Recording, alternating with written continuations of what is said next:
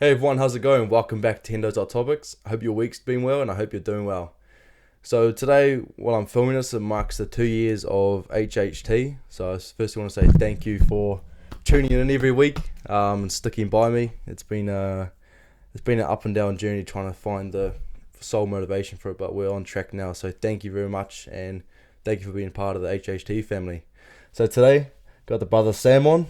Hey brother. Hey bro, how are you? Good bro, good bro. Thanks for Good to hear. thanks for coming out. Oh, my pleasure, man. It, Thanks for having me. it might be different for you. This is the first guest I've had back on the couch since what we say. Oh, it's been yonks since last year. I haven't had anyone sit on the couch, so finally don't feel lonely anymore. But we've got the brother Sam here to talk about today. Just pretty much, how to triumph through those difficult times to see the better times. How to just be cautious about who and what you surround yourself with, and just being able to bring yourself out on top, especially against that self-doubt and self-resistance you might put in yourself, bro. So the first thing that I think I want to talk about is it's not easy. It's not easy to get that mind frame of, we all wake up and everyone tends to think that what I'm doing, I'm squeaky clean mentally, but I even wake up with those days where you don't want to get out of bed. You have all these goals in your head, and even my whiteboard there, I've got all these goals that I want to succeed at, and there's some days, no matter how motivated you are, you just don't have the strength to do it. Yep, it's a stacked whiteboard there, bro. Stack, but yeah, no space. You got a lot on your plate. Yeah, bro. Absolutely, man. Absolutely.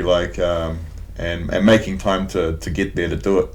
It can be a struggle for a lot of people, which is the first hurdle that they put in front of themselves, eh? Yeah, for sure. And it all comes down to the quote I posted the other day is like, don't focus too much on getting to the top of the mountain, but focus on how you get to the top. And that might be too deep for you to think about right this second, but to break it down, it's pretty much don't be so fixated on the outcome. Pretty much your process and how you work up to get there is more important than your outcome, and that's how you turn that mental blockade over. Is don't be so focused on, oh crap, I have to meet this deadline, I have to make it, I have to do it by tomorrow, all that kind of stuff. Focus on more how you get there. Once you start breaking the plan down, breaking the situation down, it becomes so much more clear to you what you need to do. Absolutely, even just enjoying putting one foot in front of the other to get to where you want to be, or to get to the direction that you want to be. It helps a lot, just enjoying those small achievements. Even if it is just like getting out of bed. Yeah, exactly. Days where you don't want to get out of bed, that's fine. Take that time to regroup. Yeah. And make a plan of attack as to, hey, tomorrow I'm going to get out of bed and go for a walk around the block. Yeah, Something like that. That all has to be like a walk around your block, and it doesn't have to be extravagant, like a 10k sprint or whatever. Just to walk around your block, just to keep your mind busy, switch up your routine. Like Sam here's been going for. What's your longest bike ride so far you've gone for? My longest is about 65k, something along those lines. Yeah. And how was something just as simple as bike riding? How has that helped you? It was phenomenal. So the lockdowns that we had at the end of August, prior to that, I was going regularly to the gym. I'd made it a habit. I was really enjoying it. And of course, level 4 hit, and we weren't able to go to gyms and things like that. Yeah. And so I was like, I need to do something. So I had some limited amounts of gym equipment at home, but I just couldn't motivate myself. I was struggling. I wasn't in the right environment to keep going and to push myself. And so I need something that I can just push on with, and just do something to keep myself busy, rather than twiddling my thumbs or doing bits and pieces around the house. So I was like, I'm going to get a bike, because I enjoyed biking at the gym. Yeah. So I get a bike, and I'll just go for a ride. And I started off, I was just going around I was living in Massey at the time. Just rode to around Massey, around Westgate, all that area. And I was like, oh, that was pretty easy. Maybe I'll go a bit further. So the next ride I done, a couple of days later, I let my legs kind of figure out what they were doing. Yeah. and went to, I guess, like Te Atatu. I went from being like a 5k ride to a 10k ride, and then I got back from my 10k ride, and I was like, that's still pretty easy. I've still got more in the tank here. And so I pushed on, went to like Waterview, the new tunnel and new playground and stuff like that, little bike track, and went to there, and I was just like, still more in the tank. And then I was just like, I'm going for it, and I decided I'm going by the end of this month. I want to be going to the Pink Pathway in town. Yeah. The cycleway. So I was like, that's my goal. I'm going to get to the Pink Path and back and survive. Not have to call up my flatmate to come and pick me up on my way home. So yeah, went from there, and I'd done that, and then I was like, that was right on my limit. So, and I was riding down the cycleway on the motorway, which was like nice, smooth, easy ride. Yeah. Wasn't too strenuous, few hills here and there just to get the heart rate up there. And then turned it into a every second day kind of event right through the lockdown. Yeah. And just, yeah, that just gave me so much more like enjoyment over what was a pretty shitty time for a lot of people. Yeah. That lockdown was probably my favorite lockdown of all of them. Yeah. Just because I'd found something just to drive for and keep going on, you know. And then after I'd done the town and back a few times, started just trying to bash my time down, just trying to get it down, and then and I went for a ride with my mate. That was the 66k one. He had this dude, Christian. He's a real gun cyclist, and he was like, come for a ride with me. I was like, yeah, sweet as, I'll smoke here. just having a laugh about it, and lo and behold, like we went from my place in Massey to Henderson, and we met up there. I rode to Henderson and met him there, and we went from there and we went up Greenhithe down through to like pretty much Takapuna Beach. Yeah. And then turned around and come back again. We were going to do the loop, go on the ferry over from Devonport to the city, and then come back down the Northwestern. But I didn't have a mask with me, so we couldn't get on the ferry. Was that it? Yeah, oh my god! So that's a goal that I want to do, which ends up being about 100 kilometers. That's the goal that I want to do in the next kind of month or two, is do that full Auckland City loop. Yeah. It's a pretty hard case, because at the start of it was when they were just doing the cycleway on the Harbour Bridge, and once I started biking, I was like, man, how cool would it be to be able to bike after I'd just been bagging out how stupid the idea was. It was pretty hard case, but no, it's still stupid idea. Stupid idea. You can jump on the boat. Stupid on the days you don't want to ride, eh? Yeah, exactly. Oh, it's pretty windy today. Silly idea. No, well, yeah, because I try to go for like 2 runs a week, which hasn't been really happening at the moment. And I get home and then it goes, Sam Compot's uploaded a new activity. I'm like, oh, what's this? Shit! Yeah. All the way out west, and you just see it going all through town. It's like, holy crap! No, it's pretty cool, man. Because and like doing that, like for me, it's kind of like I'll look back.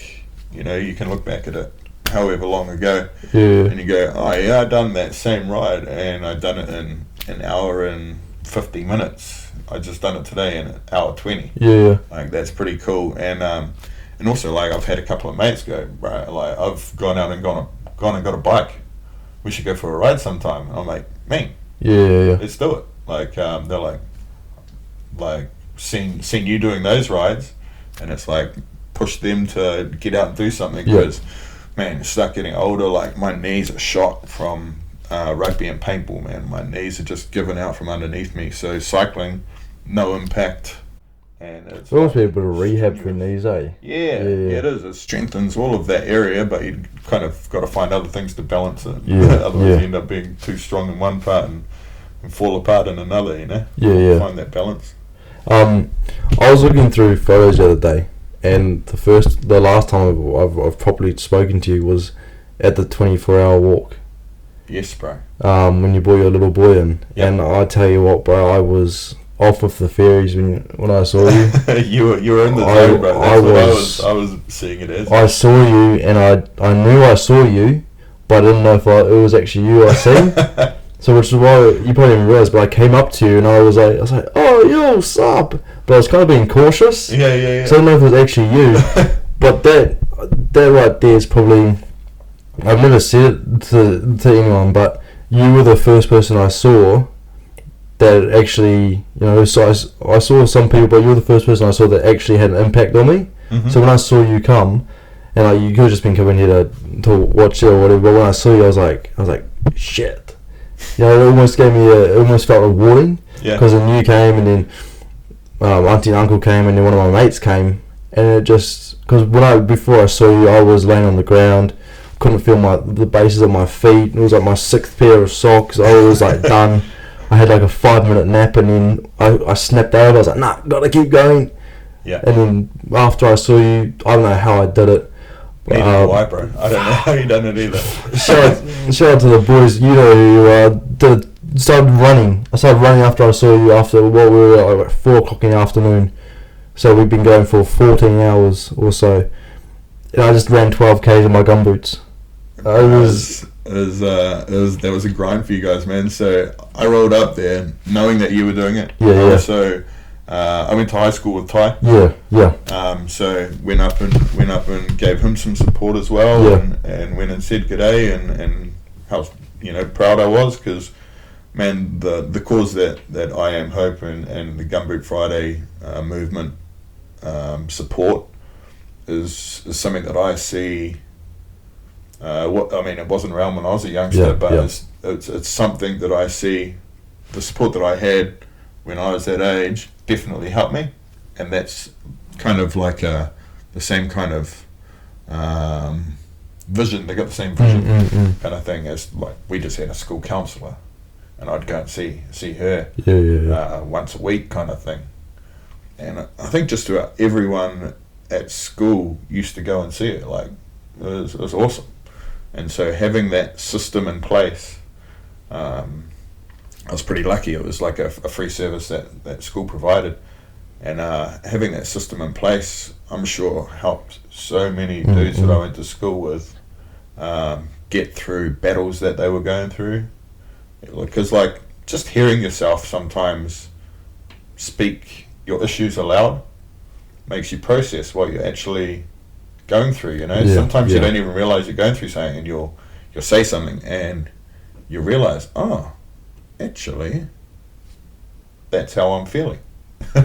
Like, it's pretty out the gate sometimes. I do it now as well. Like, I'll be talking amongst our mates. My mates talk pretty openly amongst each other. We've got nothing to hide amongst each other. And I do find myself, I'll be like talking to a mate about his issues, and I'll be like, might be offering him like some advice that I've learned through my journey and through my challenges, and then I'll be like, actually, I haven't finished dealing with that, or I haven't actually finished like checking that. But the fact you've spoken about it out loud, you've realised it. I've like it's brought it back to the surface when we go, I gotta finish that. I gotta put a wax stamp on that. Yeah. I haven't finished yet. So just like spinning yarns with each other, so having that like that someone to talk to was something that I felt pretty thankful for. So going to things like the Gumboot Fridays and supporting things like that, it's just me going back. I was actually walking with Ty at the time, and there's a police officer doing the walk as well. And he's like, so what's your reason for being here?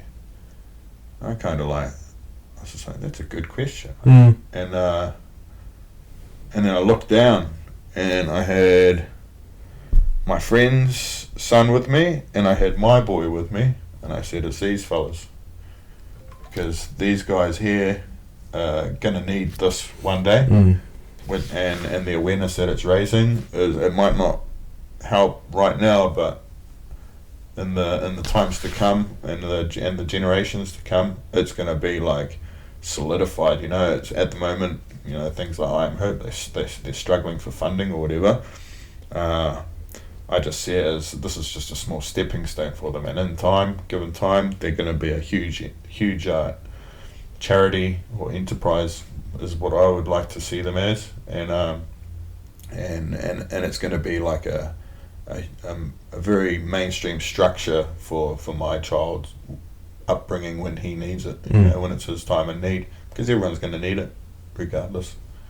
And that was the exact reason, bro, is for the younglings, you know, the next one's up. Yeah, mate. That was the sole reason. I even wrote on my gumboots, I was like doing it for the kids. Like Ty had walked his 100Ks, and it was like 10 o'clock, and he was shattered. He was shattered. His body was just so sore. And he had a blanket over him, and I walked past him. He's like, "You still going?" I was like, "Yeah, not stopping till midnight." And he looks at himself with his blanket on, and he goes, "Sharks, sharks!" And he comes out for a couple more laps. Yeah. But yeah, bro, the turnout, because when we started at midnight, it was myself, this guy Connor, Paul, who'd been running since midnight before. Yeah. Doing the extra. Yeah, what he did was amazing, and it was a group of I can't remember their group name, but it was like a group of kids who did fundraising. So there was probably only like 20 odd of us in the midnight that we started, and it didn't get to about 9 in the morning. People started showing up, and all the catering trucks started showing up, and then all the news started showing up, and that brought more attention to it, and heaps of people started showing up. Yeah. And it was just really nice. Like probably just before you got there, everyone was there. Yeah. People were coming, like people from uni students were coming down and chatting, and I remember standing in the middle waiting to get a massage and just listening to everyone, and everyone it was like a big therapy session. Yeah. People who didn't know each other were talking to each other. This guy who was what was he? His early 20s. He came up and he's like, "Oh, you know, what are you here for?" And I was like, "Oh, I've just been doing the walk, blah, blah, this is why, you know, I've got a podcast trying to help." And this guy I never met, he started talking to me. You know, he brought up the podcast. He's like, "Oh, wow." He goes, "Well, you know, actually, I'm here for this," and he just opened up. Yeah. And at the end of it, he's like, "Bro, I haven't had that opportunity to talk to anyone like that before." Right. And this guy who I just started playing footy with that season, we didn't really talk much, but he came down and supported, and it was the same. He just stood there. He just broke up with his missus, and he just broke down to me. He said he hadn't even had that confidence to talk to his parents about this stuff. And I just stood there, and because I was so with the fairies, when he said that, it made me realise how much of an impact just something like that has. Right, like the penny had dropped. Yeah, everyone in the domain had come together for the same reason. It was like a little bubble where everyone could just be open and confident with themselves and not have to second guess. And that's what I'm trying to do with this so much, is to realise that it's actually okay to feel. And that was a perfect example. Yeah. And that you probably realise that when that cop asked you, "What are you here for?" You know, it's like, yeah, it was like, this is why I'm here. Why am I here? That's a really good question, and it made me think, why am I here? Yeah. Like, I was there to support my mates. Yeah. And in like face value, like that's why I was here. I was going to go and support my mates. They were doing an awesome thing and support the charity. And then when he asked me that, the penny dropped. Why am I here? I was like, yeah, I'm here for that, but I'm also here for these young fellas. Yeah. So that they have a support system in place when they need it. They might not need it now, but they will need it. Yeah, and you said the thing about the counselling. You know, it's when I was at the high school, no one ever went to the counselling. You know, if you went there, you were seen as depressed or you had something wrong with you. Yeah. So it was frowned upon. Absolutely. And I remember going, I think it was once or twice. You know, I got to the point in my second last year of high school, I was just like, everything was just hitting me. So I went there, and for me personally, I didn't find the closure, because I was so used to dealing with my own problems and sorting them out that speaking to someone felt a bit odd. But what I started to do is I started talking to my mates, and what that happened is all my big rugby tough mates started talking to me back. Yeah. You know, and it was one by one. They came through one by one, started talking to me, but then they started talking to each other. Yeah. Which starts a chain effect. Yep. And then you start to realise that my mate came up to me. He's like, "Oh, bro, you know, I just came back from the counselling." I was like, "What?" He's like, "Yeah, bro, you know, I just needed to talk to someone. Yep. So it went from, if you went to counselling, to being like depressed and all this kind of stuff, to everyone's starting to open up about it, which was such an amazing thing to see, because you know what the kind of culture is like at the school we went to. It's always stick to your own problems and sort them out kind of thing. Yeah, and like, well, for me, when I was at YTech, it was very much a social aspect. Yeah. I'd just come from boarding school. Yep.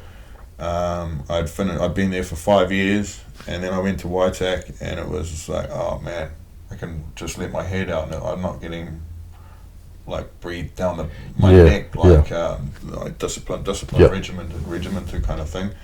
I had a bit more freedom, and so by that stage I was just like, oh man, I'm here for fun. Yeah. But it's actually the business time of schooling, you know. So I kind of like went back and forth between like, oh, should I actually have to buckle down and do stuff here? And man, I'm here for a good time. But in those last 2 years, I did struggle a little bit, because I was going into this new environment, and I didn't have a counsellor to talk to. I didn't even know if school had a counsellor. That's how poorly publicised or made aware of to the kids that it was there and or available. Whereas when I was at boarding school, it was just about, like I say, like just about every boy in the school went there. Everyone had like a session with the counsellor throughout the week.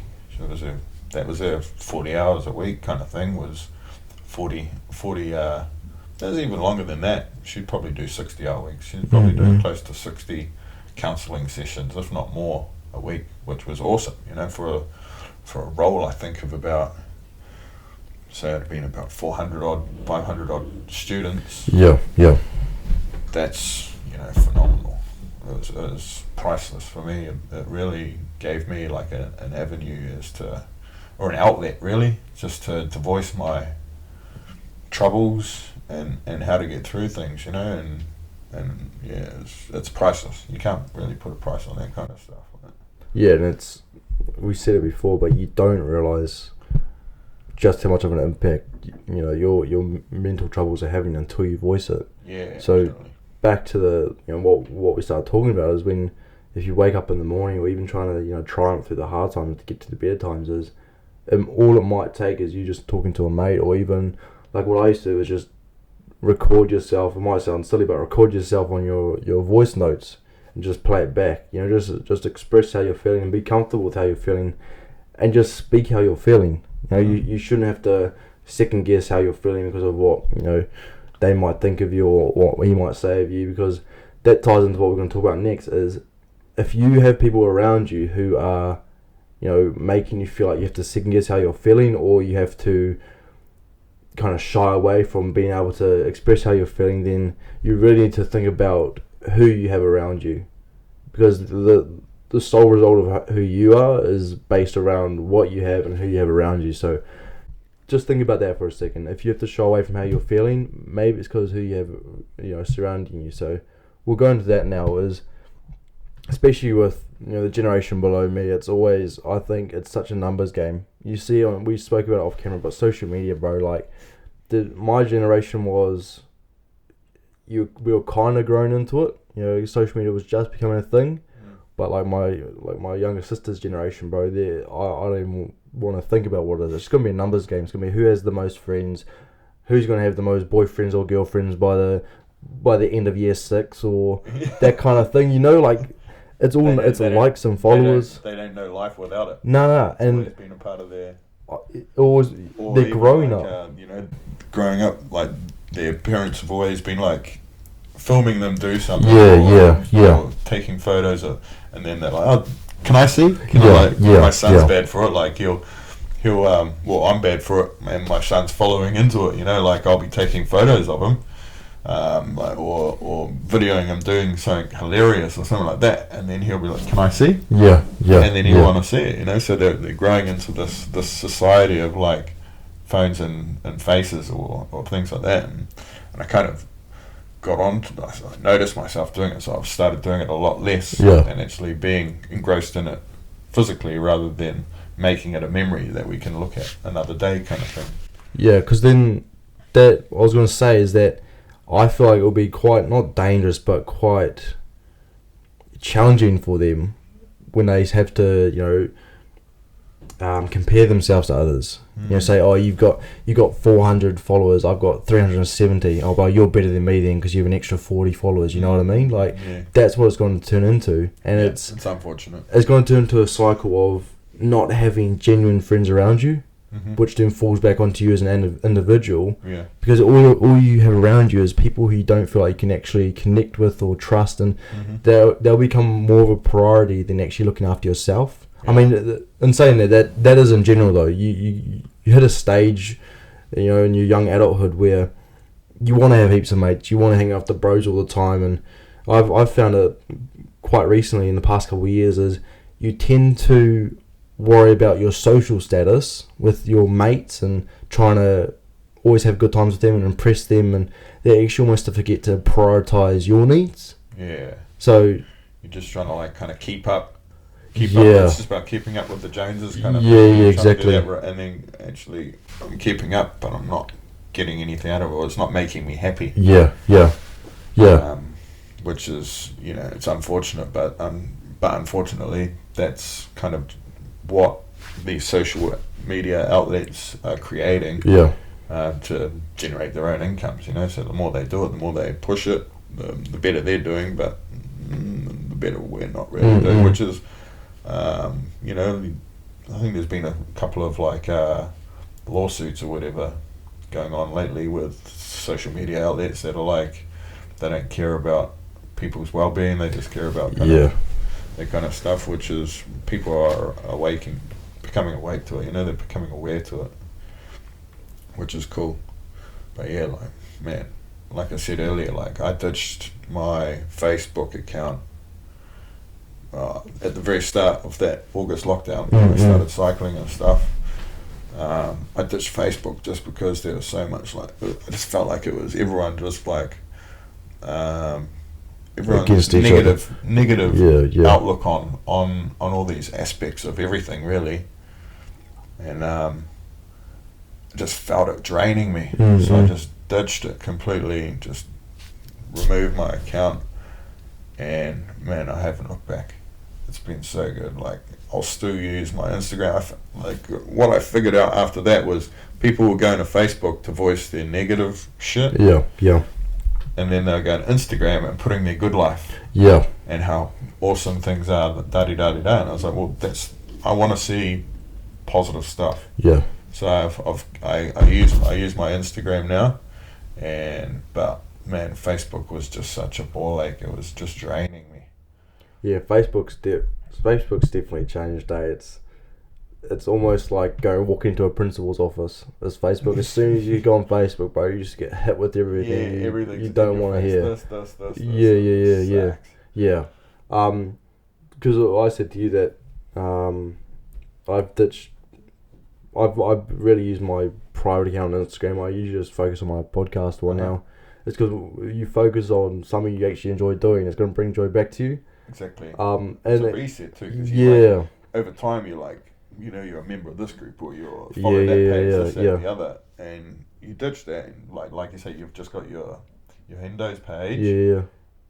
And I guarantee you that the stuff that you were following on your personal account compared to the stuff that you follow with your Hindo account, exactly. Man, it'll be like chalk and cheese. Yeah, and that's why it's so much more refreshing. It's because on my podcast account, I'm just following specific people and certain pages that it's like quotes or business advice or financial advice, like stuff that will actually help me that I watch, or like Joe Rogan or Adam 22, or people that I watch and I can actually watch and feel like I've bought something back from it, rather than just watching a Vine or watching a meme, or it's like haha, and then chucking your phone down kind of thing. Like, doesn't bring any enjoyment. Yeah. Which is why I wanted to say is, if you have people you're surrounding yourself with, I've done it recently. I've told my mates this, and I've stepped back from a lot of like social gatherings Mm-hmm. I've just taken time and stepped back for probably the last month or so. I think a lot of people have. Yeah, in the yeah,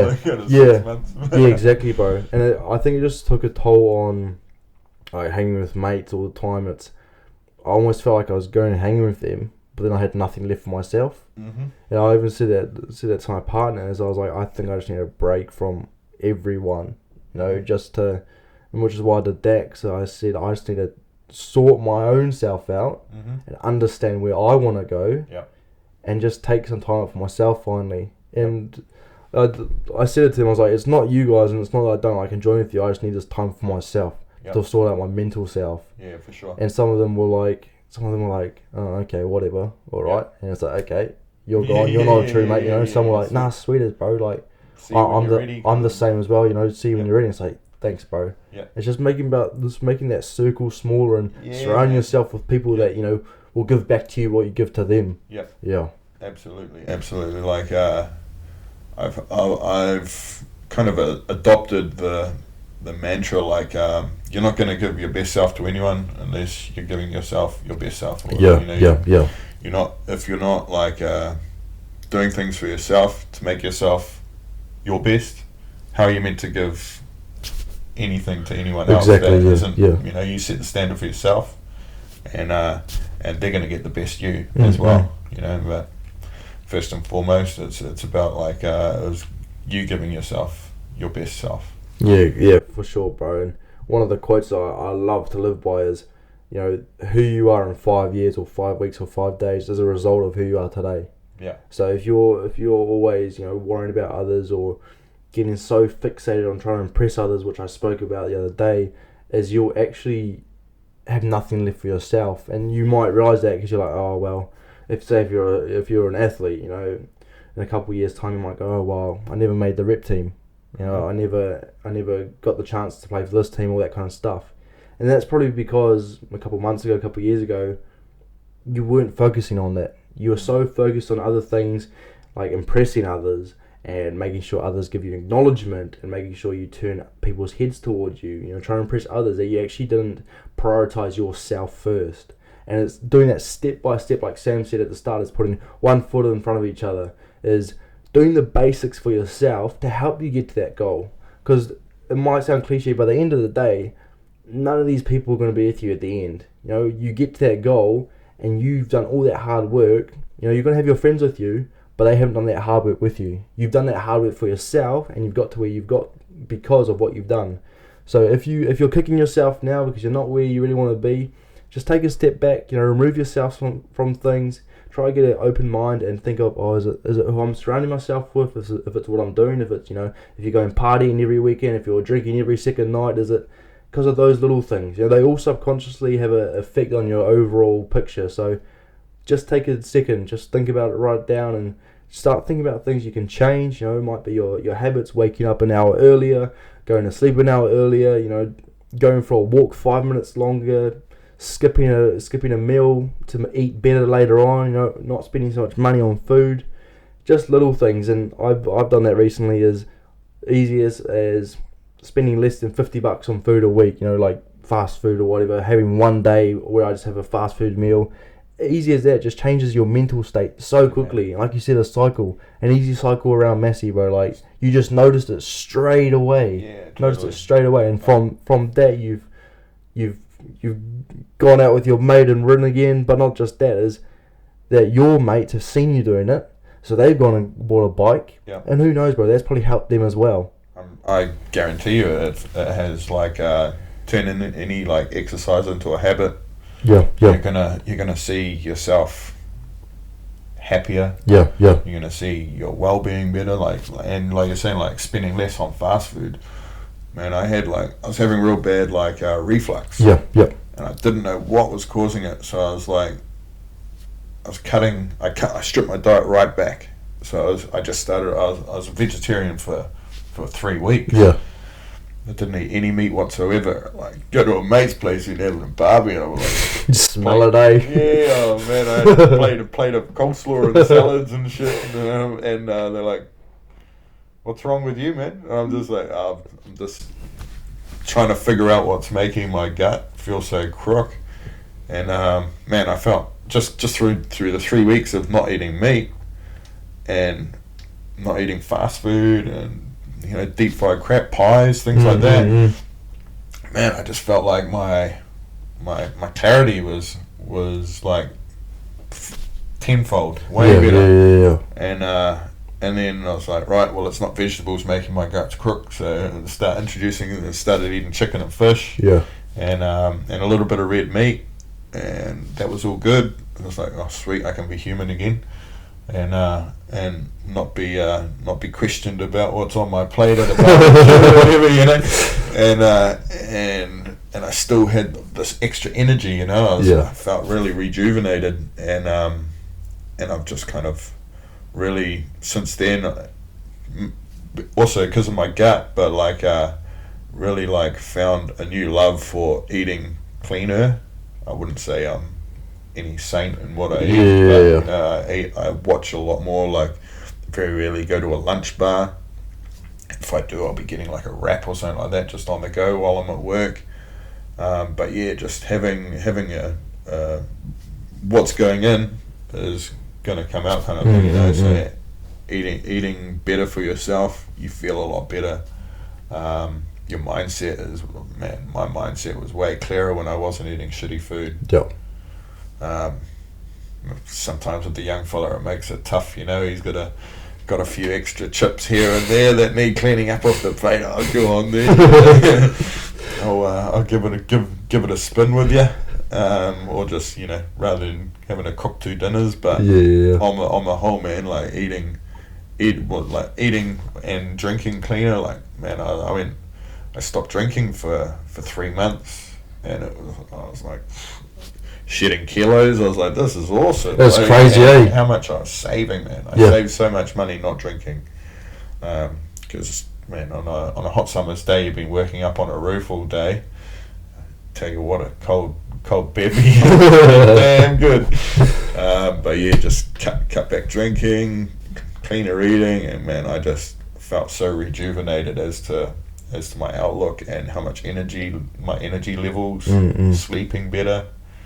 It was insane how much just what is going into your body can change entirely of what surrounds your body. Yeah. As well, That's funny you said that about alcohol, because I'm probably nearly 3 months as well. My last send was my birthday in January. And the money thing straight away, bro. My mate's trying to save for a ute, and he's like, "Oh, I'm saving." I was like, "Yeah, I said, you go sober till you buy that ute." And he goes, "Why?" I'm like, "Bro, you don't realize, you don't realize how much money you spend on Gronk until you stop." Yeah. It's probably so bad, but I'd probably do a 12-pack of Canadian clubs one day of the weekend, or smash that. I'd go buy a box of Woodies, 18 box of Woodies, bro. What's that? That's $70 there alone. Yeah, exactly. Bro. And then think about how long it took you, or what it took to make that money. Yeah, exactly. And I've still got cans of Canadian Club sitting in the fridge that last night after I worked out. I opened it and I said to my partner, I was like, "Ooh, that looks good. That looks so good." It's funny you said that, but no, it's true. Stop drinking. I'm trying to drink 3 liters of water a day. Simple things like that, bro. Especially in the morning, just it refreshes you mentally, and just the clarity it gives you. You just feel more connected with your body as well if you're just drinking water throughout the day. Yeah, it's like a clarity. Exactly. Like the smoke and mirrors. Bro. Are just about gone kind of thing. Yeah. No, that's definitely. If you're trying to find a way, even a little thing to help out with stress, I feel is just drink more water. You're gonna probably risk pissing in the sheets with the amount of water you drink, but trust me, drinking more water throughout the day, I can say personally, it's helped me so much more with my stress at work. Yeah, drinking water all your body day, even processing even a Powerade. Yeah. Powerade, any of those isotonic drinks, or whatever they're perceived as being a sports water or whatnot, man, there's still sugars in it. Your organs are still having to process all of that. If your body's only having to process water, man, it's living the good life. It's on a holiday. It's going to give your energy levels up. I always thought they were good, because the whole electrolytes. Had my first footy game last week, got a Powerade and had my bottle of water. I had half the Powerade. like at half time. Yep. I went back on the field, like stitch instantly. So I just kept on drinking my water. Came to the side, drank my water. About 10 minutes after my Powerade, bro, stitch went away like in 5 minutes, and I felt so much less sluggish. Yeah. Yeah. Yeah, I noticed, like, I can't remember what I was doing. I think it was when I was teaching, like, surf safety and stuff at schools. And one of the instructors that I was with said something about, like, hydration and stuff. And they're explaining to the kids, which I thought was a pretty good explanation. It resonated with me. It made me think about it. Was like, you watch, like, a tennis player, was the example that they used. They go to the side of the court at the end of the mat, or the end of the point on the round. Yeah. And they'll have, like, literally just like a swig of electrolyte drink, and then they'll drink water, and all they're doing is replenishing a bit of those salts, and then they're using the water as a hydration. They're not using like a electrolyte drink as their hydration, you know. They're just getting a little bit of the salts, and then all the rest is water, and that's their, like, key. Well, I mean, yeah. Hydration. They have 2 bottles in their hand when they go to the sideline. Yeah, I was going to say, you even see that with the rugby players, you know, when the physio comes on, Yeah, they just chuck them like a Gatorade and, like, and then throw them on the ground and straight to the water. Yep. Which now you see that it sticks out It clear. clicks, Yeah. You realise, I actually have been seeing it. But They it's have those little, like, the sippy ones, eh? the sachets. Oh, The little they're like gel hydration, shots or whatever. Yeah. And then I have water. Yeah, but that's how they get you those. Even the water bottles, they're like Powerade or exactly. Gatorade. So Well, that's paying the bills. Yeah, bro, exactly. So I want to ask, you know, especially, you know, because there's a bit of a generation difference between what you see in my generation or even younger compared to yours. Do you see the start of change when it comes to mental health? Yes and no. Like, for me, like I said, like, at school we had that counsellor there, so I've always, like, kind of had it in the back of my mind. Like, I was feeling like shit at like midway through last year, and I went to the doctor to say, hey, I'm feeling like absolute shit. I can't sleep, I can't focus, I don't want to get out of bed. Can you prescribe me something? Yeah. And, like, and the doctor actually said, well, before we do that, let's sit down and have a chat. And it made me, like, the penny dropped. I was like, man, I haven't sat down with a counsellor, like, my doctor. Well, not a counsellor, it was just a doctor, but just sit down and have a chat with someone that made a whole of a lot of difference. And she was just like, well, you can come and see me whenever, like, when do you want to come and see me again? I was like, well, how about we just let this settle for a little bit and let me think about what we've talked about, and maybe we'll book in again for next week. I mean, it's there for like 5 or 6 weeks, and that was perfect. That's what I needed. I didn't need to medicate or anything like that.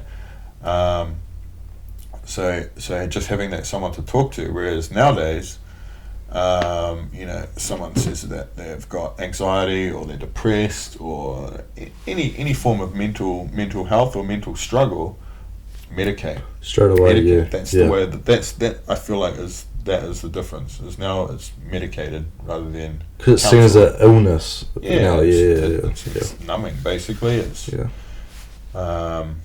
and things like that. Like, you've got to take them for medication stuff. You've got to take them for 6 months before they've even started taking effect, and you take a big dip. That's what she explained to me. She said, I can give you a medication if you want, but you might get through this in 2 months, and you've got to take this medication for 6 months minimum, and you're going to feel worse before you feel better.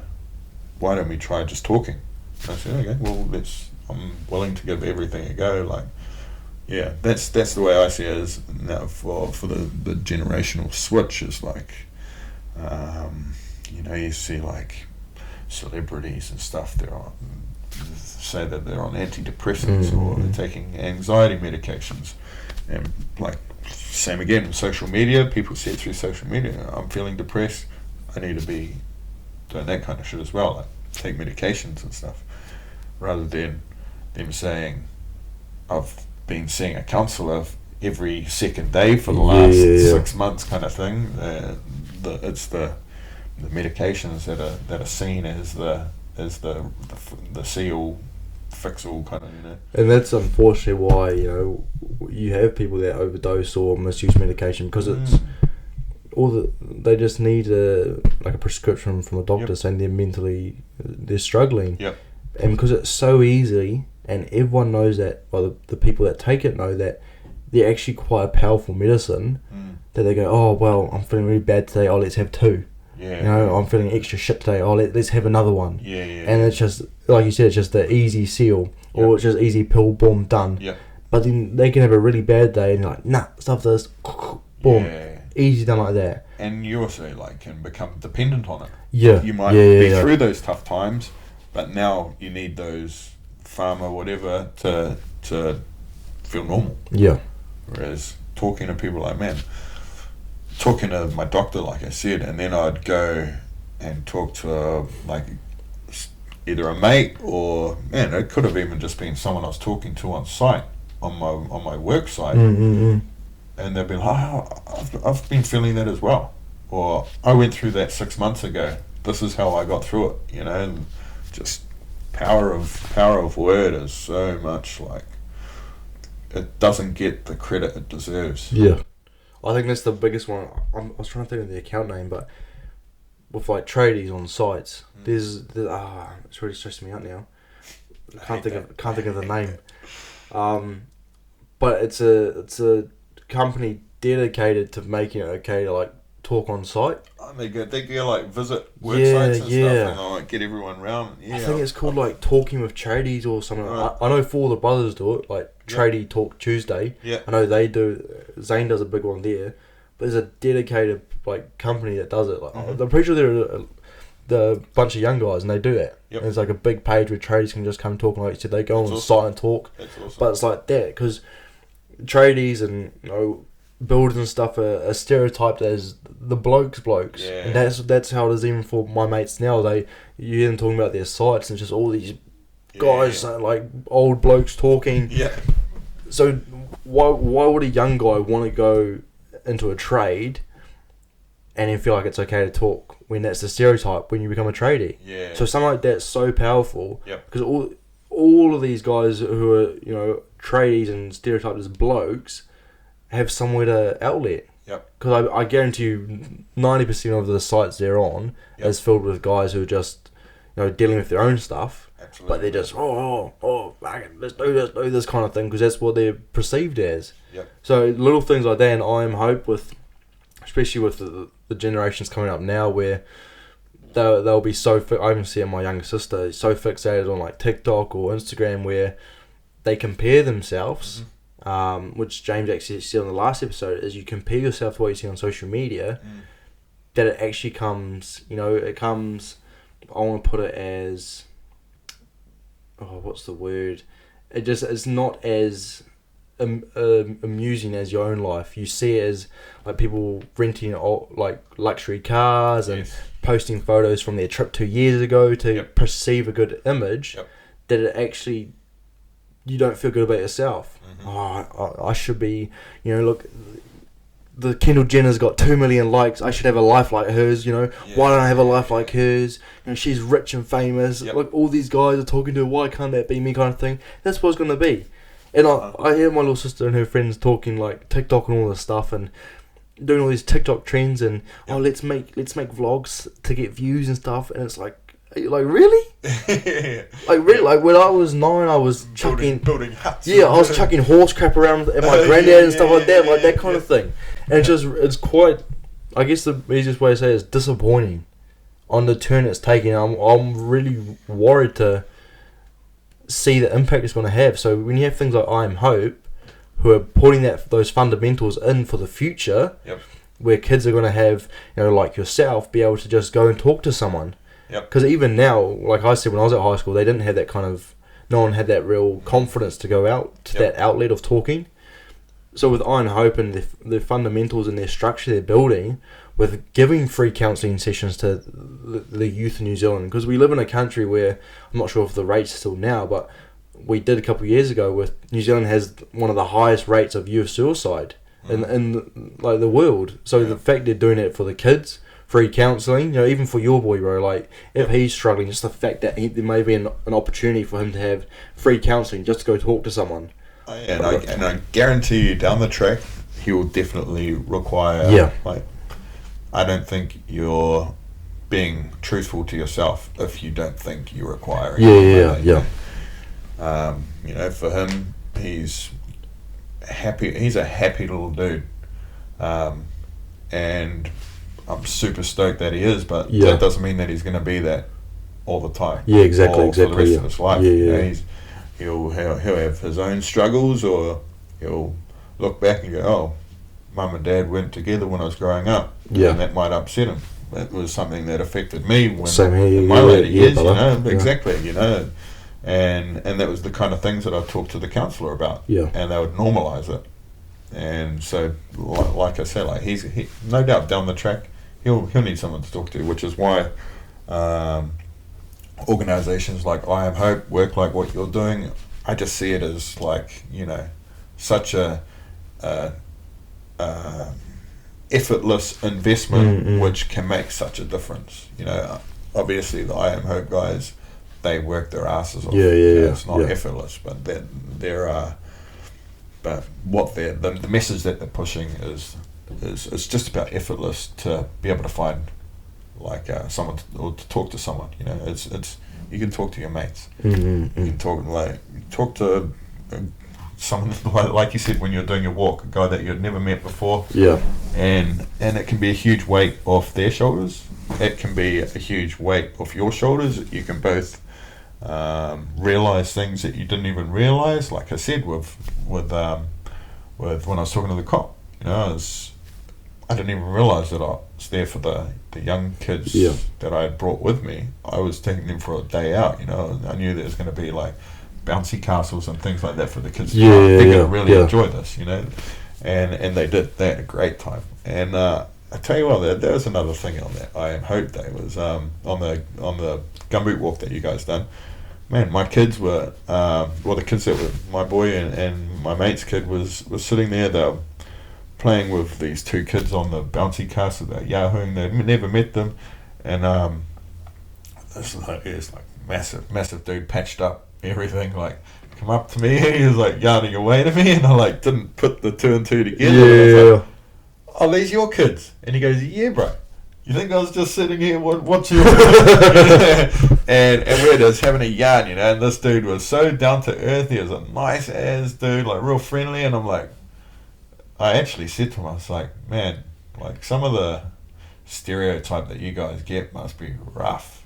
Like, I'm talking to you as a nice dude, and you're a nice dude, a friendly guy. Whereas if I just saw you like wherever walking along the street or whatever, it'd be like, you know. But yeah, no, it's like just yarning away to someone that you'd never talk to in day-to-day life, like on the street kind of thing, and you connect on a level that you didn't really know that you'd ever connect with someone like that, you know. Really like kind of opens up the world of like who you can talk to, and you're all on the same wavelength kind of thing, you know. You're all going through the same struggles, you're all on the same path, just whatever path you're taking might be slightly different to being patched up, you're still going through the same struggles, you know? And I think that it's just clicked for me now is I think that the overall picture is it comes down to stereotypes, bro, is what holds everyone back, like that there, right? The thing that comes to me that, you know, there's some people who are patched up that aren't, you'd have to second guess with, but majority of them are in that situation because, you know, they grew up in a shitty situation, and that gives them that sense of family and comfortability and security that they didn't have.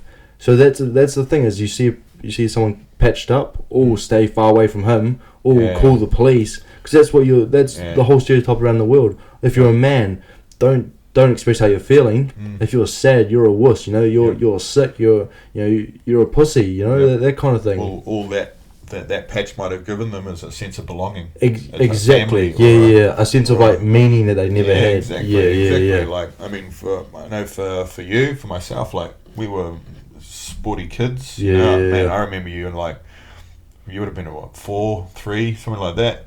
Coming up to us on the beach when we were at a rowing comp. And you'd come to the comp to support your aunties, and and you're there with your mum and whatnot, and you're coming up to us, hey, can you come and kick a ball around with me on the beach?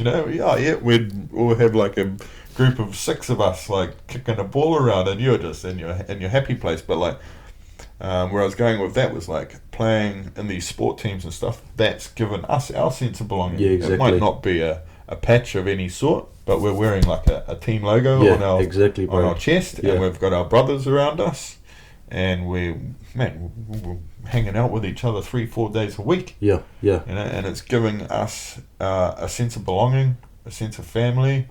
Like both of us growing up, we're virtually only children. Having that group environment, that team environment, it gave us a sense of brotherhood. It gave us someone to relate with and be on the same level with and enjoy time with, And man, I've got mates who I went to play centre with, and some of them are still my best mates. Like that was, I don't know, a long time ago. 30 odd years of friendship. It's pretty out the gate. To think of it, and I've still got good mates, and we all played sport together, we all done all team sports and things together, and it just gives that sense of brotherhood. And that's a perfect example of what we're talking about. Why try to be aware of who you surround yourself with.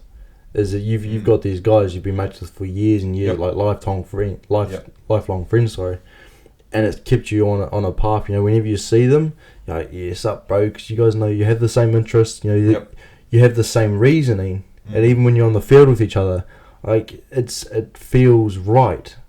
And sometimes people get a bit deserted with that feeling. The people they surround themselves with, it feels right, but they're not on a good path. They feel right and they feel comfortable. Their teammates might be in a totally different lifestyle. Exactly. Yeah. So that's comfortability. But at the end of the day, it might not be the right way for them. And like what I've found over time is those teammates or those mates, they come and go. The ones that you are connected with and that you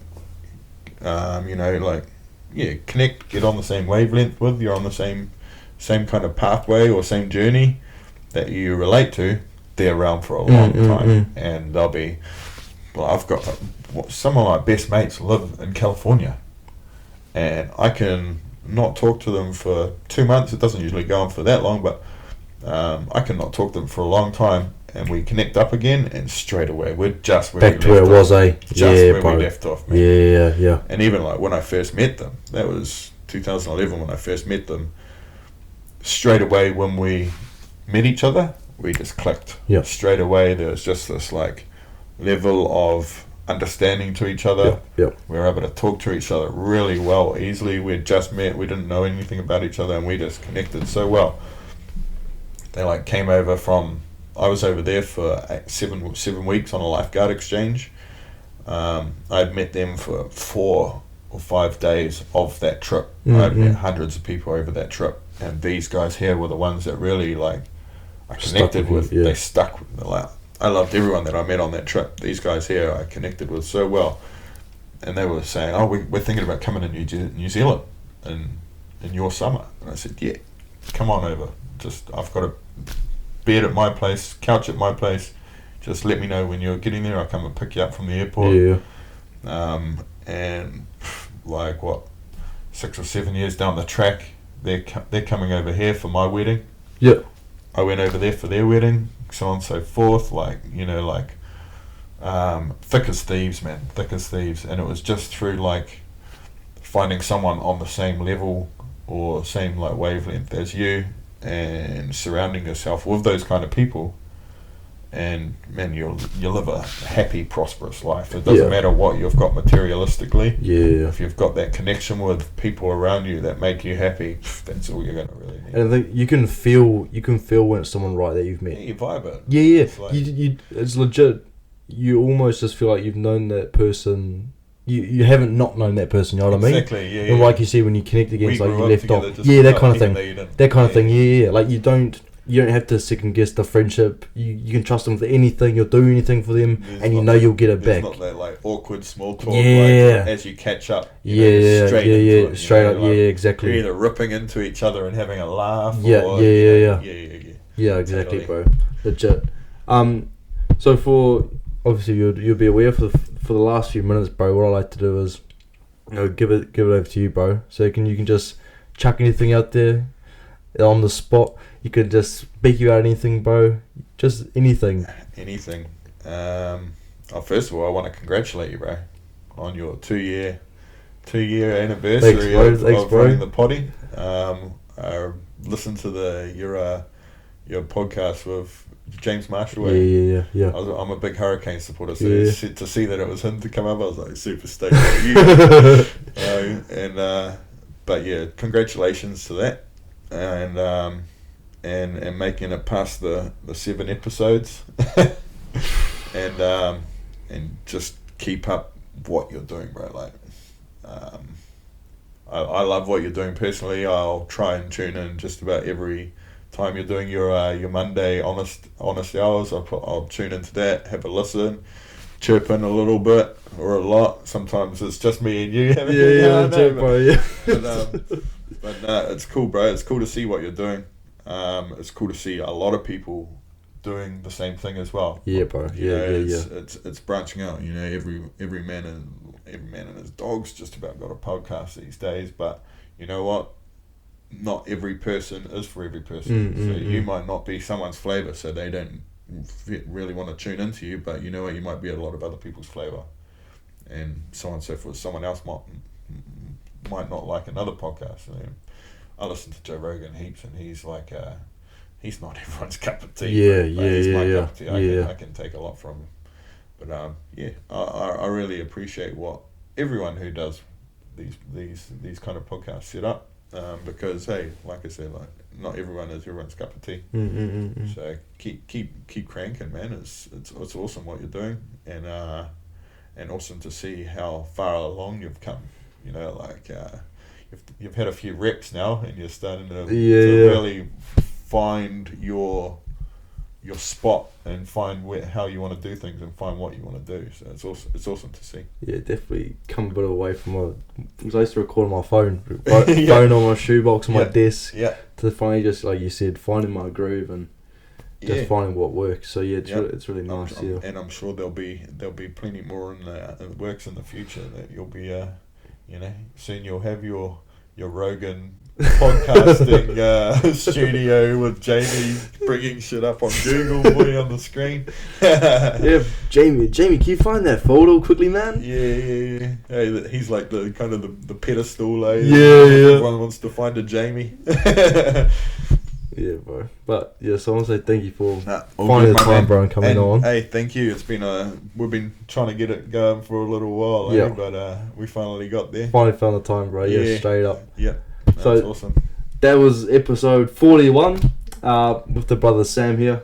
I hope you enjoyed that. I hope you could take something away from it. And as I always say, let me know. Give me some feedback. It's the only way I can grow, and I really appreciate some feedback. So give it back to me. And as always, do what makes you happy, do what you need to do for yourself, and do what you know is right. I love you very, very much. You know where to reach me. Line's always open. Have an amazing week. Look after yourself. And I'll talk to you guys later. See you later.